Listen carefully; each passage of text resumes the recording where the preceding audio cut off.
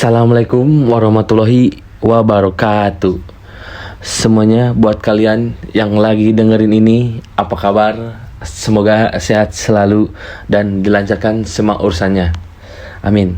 Dan untuk podcast ini semoga bermanfaat untuk kalian yang mendengarkan. Sebelumnya saya izin memperkenalkan diri terlebih dahulu. Saya Rama Andi Teori Setia dari Prodi Pendidikan Jasmani S2 dari Universitas Negeri Yogyakarta. Podcast kali ini yang berjudul atau bertema tentang aktivitas fisik, kebugaran jasmani, kesehatan, dan remaja dari buku Richard Winsley dan Neil Armstrong atau Physical Activity, Physical Fitness, Health and Young People.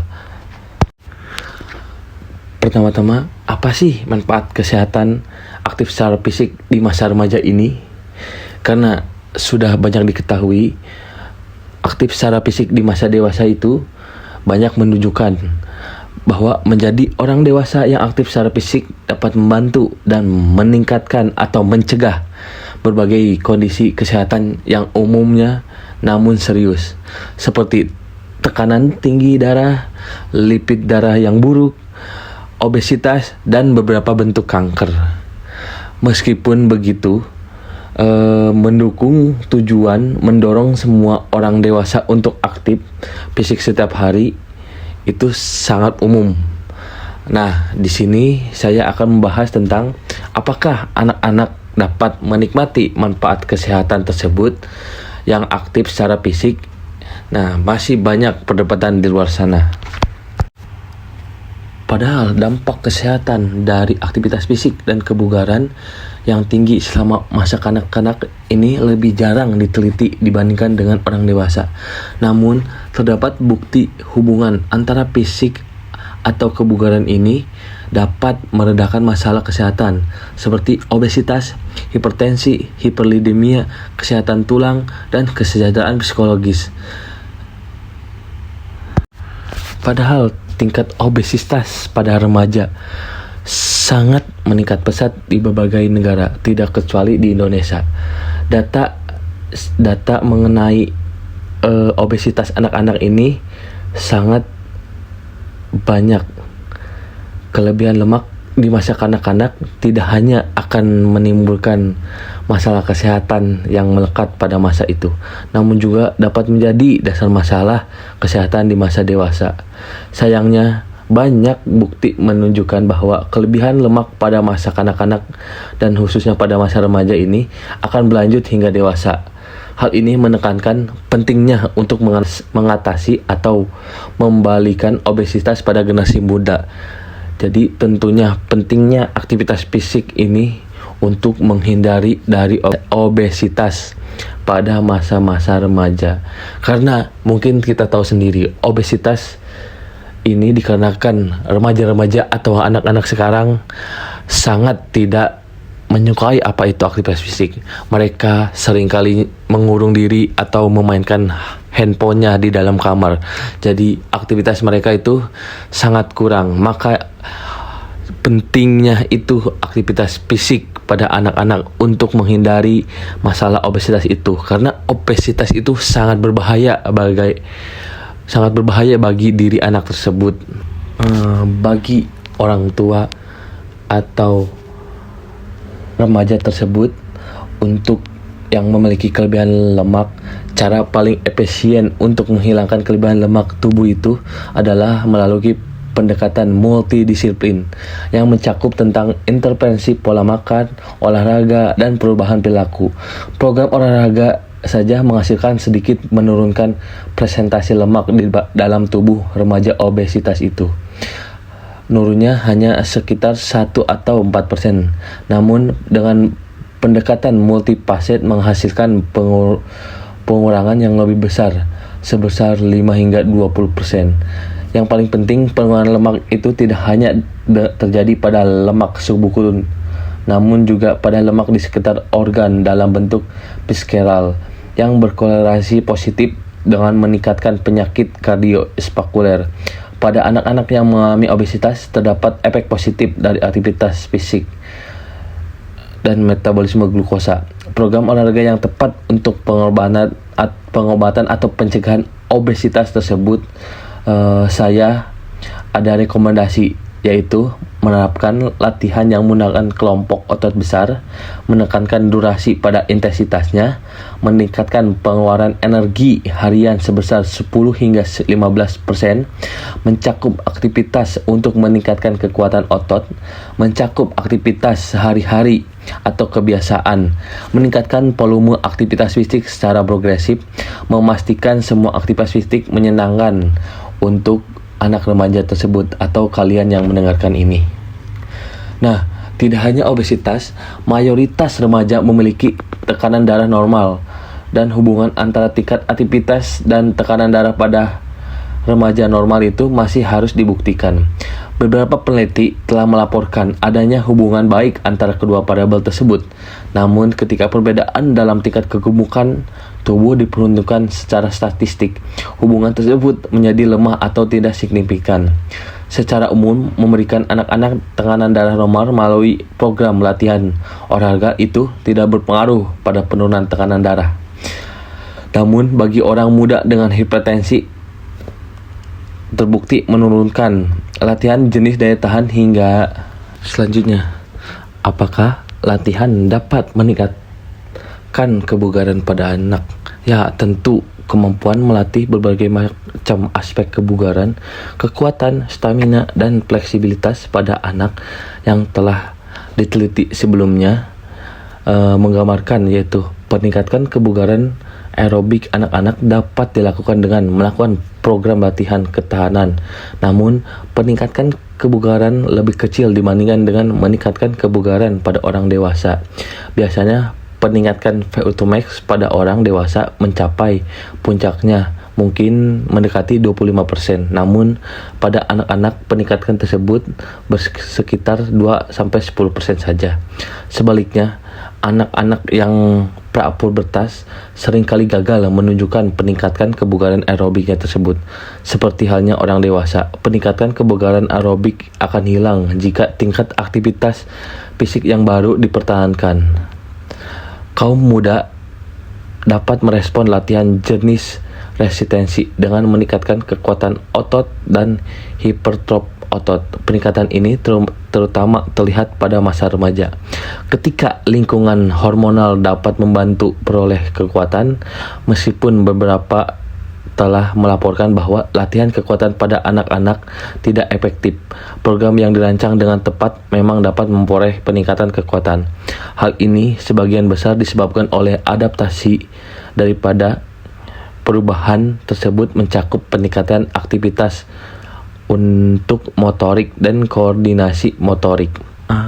Manfaat dari kebugaran pada aktivitas secara fisik di masa kanak-kanak ini atau remaja adalah, yaitu meningkatkan kebugaran aerobik mereka, meningkatkan kekuatan otot, meningkatkan fleksibilitas, atau lebih singkatnya menunjukkan bahwa aktif secara fisik di masa kanak-kanak membawa dampak positif yang sangat banyak bagi kesehatan dan kebugaran, meskipun hubungannya ini tidak sebaik yang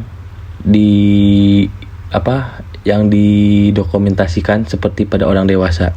Jika terdapat bukti adanya hubungan, efeknya menguntungkan. Karena ini sedikit cerita pengalaman saya ketika saya mengajar anak-anak remaja atau masa SMP lah. Ketika saya mengajar, banyak remaja-remaja tersebut memiliki kelebihan berat badannya dikarenakan mereka sangat enggan melakukan aktivitas fisik. Padahal aktivitas fisik tersebut sangat bermanfaat bagi tubuh mereka, tidak hanya sekarang tetapi untuk hari dewasa mereka. Kenapa aktivitas fisik sangat jarang dilakukan pada anak-anak remaja sekarang, khususnya anak-anak SMP? Karena sekarang kita atau mereka disibukkan dengan handphone atau teknologi lainnya. Ya, selanjutnya ada rekomendasi saat ini untuk aktivitas fisik. Sampai saat ini, rekomendasi yang diakui secara luas mengenai tingkat aktivitas kaum muda atau remaja belum tersedia. Namun, dua konferensi konsensus telah memberikan pedoman yang berguna. Pada tahun 1993, Konferensi Konsensus Internasional mengenai pedoman aktivitas fisik untuk remaja diselenggarakan untuk mengembangkan pedoman berbasis empiris yang dapat digunakan oleh dokter dan konseling mereka, serta oleh pembuat kebijakan yang bertanggung jawab terhadap promosi kesehatan remaja dari Sellis dan Patrick. Tinjauan sistematitas literatur ilmiah ini dipresentasikan pada konferensi tersebut, dan rekomendasi berikut muncullah gagasan semua remaja harus aktif secara fisik setiap hari atau hampir setiap hari sebagai bagian dari bermain, olahraga, bekerja, transportasi, rekreasi, pendidikan jasmani, atau olahraga yang direncanakan dalam konteks kegiatan keluarga, sekolah, dan masyarakat. Remaja harus melakukan 3 sesi atau lebih aktivitas per minggunya yang berlangsung selama 20 menit atau lebih dan yang memerlukan tingkat pengerahan tenaga sedang hingga berat. Dan yang kedua, pada tahun 1998, Otoritas Pendidikan Kesehatan memulai proses konsultasi ahli dan peninjauan bukti seputar promosi fisik yang meningkatkan kesehatan bagi kaum muda dari Bidley 1998. Kerangka kebijakan yang dikembangkan mengakui bahwa jumlah aktivitas fisik minimal dan optimal bagi remaja tidak dapat didefinisikan secara tepat pada saat itu. Namun, mereka mengusulkan rekomendasi berikut. Yang pertama, semua remaja harus berpartisipasi dalam aktivitas fisik dengan intensitas sedang selama 1 jam per hari. Generasi muda juga saat ini jarang melakukan aktivitas, sebaiknya melakukan aktivitas fisik dengan intensitas minimal sedang selama minimal setengah jam per hari, setidaknya 2 kali seminggu. Beberapa aktivitas ini membantu untuk meningkatkan dan menjaga kekuatan, fleksibilitas otot, serta kesehatan tulang mereka. Selanjutnya di buku ini membahas studi dari Inggris atau UK. Armstrong dan kawan-kawan tahun 1990 terus memantau detak jantung sebagai ukuran pengganti aktivitas fisik. Selama 3 hari sekolah pada anak 163 anak perempuan dan 103 anak laki-laki yang berusia sekitar 11-16 tahun untuk menafsirkan data atau sampel anak-anak dibawa ke laboratorium untuk berolahraga di treadmill dengan berbagai kecepatan. Berjalan dengan kecepatan 6 kilo menghasilkan detak jantung rata-rata 140. Data kemudian dianalisis untuk menentukan jumlah remaja yang mengalami menstruasi berkepanjangan dengan detak jantung di atas ambang batas tersebut. Nah, dijelaskan di buku ini juga pada tabelnya. Data ini dengan jelas menunjukkan bahwa sebagian besar anak-anak tidak melakukan jalan cepat selama 20 menit dalam jangka waktu 3 hari, dan sebagian besar anak bahkan tidak melakukan jalan cepat selama 10 menit. Selanjutnya, mengenai pola aktivitas selama akhir pekan mengungkapkan gambaran yang lebih mengecewakan, dengan 70,7% laki-laki dan 93,3% perempuan tidak mengalami satupun periode olahraga 10 menit dengan jantung lebih dari 139 beat. 1 dekade kemudian, tim ini studi dari Inggris ini mengulangi penelitian tersebut pada kelompok yang terdiri dari 52 anak laki-laki dan 42 anak perempuan. Yang mengecewakan dari data mereka menunjukkan gambaran serupa dengan yang dilaporkan pada tahun 1990. Nah, penelitian kemarin itu padahal penelitian 2000. Pemantauan akhir pekan kembali mencerminkan temuan dari dekade sebelumnya, di antaranya 70% laki-laki tidak melakukan hal tersebut, dan perempuan juga 60,9% tidak menyebabkan kelompok usia sedikit lebih muda dalam sampel dibandingkan dengan sampel awal. Selain komprehensi otoritas pendidikan kesehatan menganalisis kembali data detak jantung pada lebih dari 1.000 anak remaja, menunjukkan sebagian anak memenuhi rekomendasi yang kurang ketat, mengumpulkan total harian setidaknya 30 menit dan detak jantung di atas 139. Dan lainnya juga berbasis di Inggris mendukung temuan di atas bahwa sejumlah besar anak-anak mengalami kehidupan yang relatif tidak banyak bergerak dan jarang mengalami aktivitas fisik sedang atau berat. Temuan umum yang ditemukan adalah bahwa anak-anak laki-laki secara signifikan lebih aktif dibandingkan anak perempuan, sebuah tren yang terjadi di negara-negara Eropa lainnya.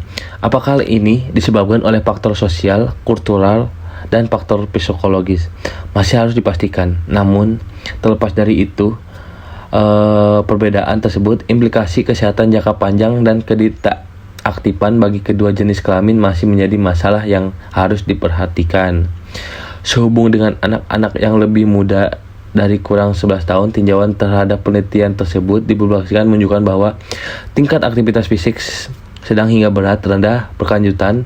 Selanjutnya, ada studi dari Eropa menjelaskan tentang aktivitas fisik anak yang harus dipelajari. Contohnya, ada beberapa negara Eropa yang melakukan penelitian. Yang pertama dari Belgia, Finlandia, Swedia, Norwegia, Jerman, dan Belanda. Studi ini menggunakan berbagai alat pengukuran dan kategorisme aktivitas fisik yang berbeda, sehingga membuat perbandingan di antara keduanya menjadi sulit secara umum. Data di Eropa menunjukkan hal serupa dengan yang terjadi di Inggris, di mana banyak anak menunjukkan tingkat aktivitas fisik yang rendah. Penelitian juga dilakukan oleh WHO pada anak usia 11, 13, dan 15 tahun. Para peneliti menilai beberapa kali dalam seminggu anak-anak tersebut berolahraga di luar sekolah hingga mereka kehabisan napas atau berkeringat. Data di negara Eropa menunjukkan sejumlah besar remaja Eropa yang berolahraga kurang dari sekali seminggu di luar sekolah, dengan anak laki-laki cenderung lebih aktif dibanding anak perempuan, dan penurunan partisipasi seiring bertambahnya usia. Jadi maupun di Eropa, studi Eropa atau Inggris menunjukkan bahwasannya anak-anak sangat kurang dalam melakukan aktivitas fisiknya. Terlebih lagi perempuan, aktivitas fisiknya sangat rendah dibandingkan laki-laki. Tapi sama saja, laki-laki juga di dalam penelitian tersebut di Eropa maupun di Inggris itu sangat jauh dibandingkan apa yang diinginkan peneliti tersebut. Nah, selanjutnya ada aktivitas fisik pada masa kanak-kanak juga sangat penting dari sudut pandang perilaku, karena status kesehatan orang dewasa mungkin berasal dari perilaku yang terbentuk pada masa kanak-kanaknya. Tidak ada studi prospektif tentang aktivitas fisik yang mengamati anak-anak hingga dewasa, paruh baya, dan seterusnya. Namun tinjauan literatur melaporkan bahwa aktivitas fisik berada pada tingkat rendah hingga sedang dari masa remaja hingga dewasa. Survei Kebugaran Nasional Aleb Dunbar Activity and Health Research tahun 92 melaporkan bahwa dari orang dewasa yang aktif saat ini hanya 2% yang tidak aktif saat remaja, yang menunjukkan bahwa anak-anak yang tidak aktif kemungkinan besar tidak akan menjadi orang dewasa yang aktif atau sehat fisiknya. Oleh karena itu disimpulkan bahwa aktivitas fisik selama kanak-kanak dari remaja dapat menjadi landasan bagi perilaku aktivitas di kemudian harinya. Dan ada bukti yang meyakinkan juga bahwa banyak anak-anak dan remaja menjalani gaya hidup yang menetap dengan perilaku aktivitas fisik yang dipelajari di masa kanak-kanak dan remaja hingga dewasa. Tantangannya adalah untuk mendorong aktivitas fisik di usia muda dan kemudian menumbuhkan perilaku ini hingga masa dewasa. Jadi ketika anak-anak melakukan aktivitas fisiknya sejak dini, maka akan berpengaruh kepada mereka saat dewasa. Jadi mereka akan tumbuh dengan kondisi kesehatan yang sangat baik. Nah, dijelaskan juga di dalam buku Physical Education ini tentang kebugaran aerobik pada masa remaja atau kaum muda. Pahaman masyarakat bahwa kebugaran aerobik ini anak itu buruk. Hal ini mungkin muncul karena banyak faktor seperti fisiologis atau lainnya.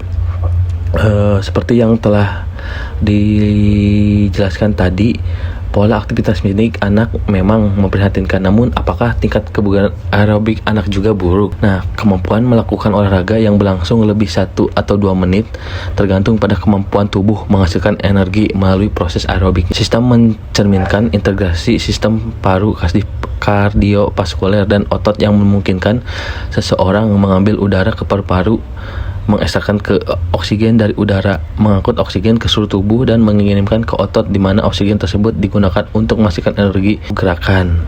Nah, dari kesimpulan semua yang tadi sedikit saya jelaskan sebelumnya telah menunjukkan bahwa kebugaran aerobik dan aktivitas fisik pada remaja merupakan variabel independen dan harus diinterpretasikan.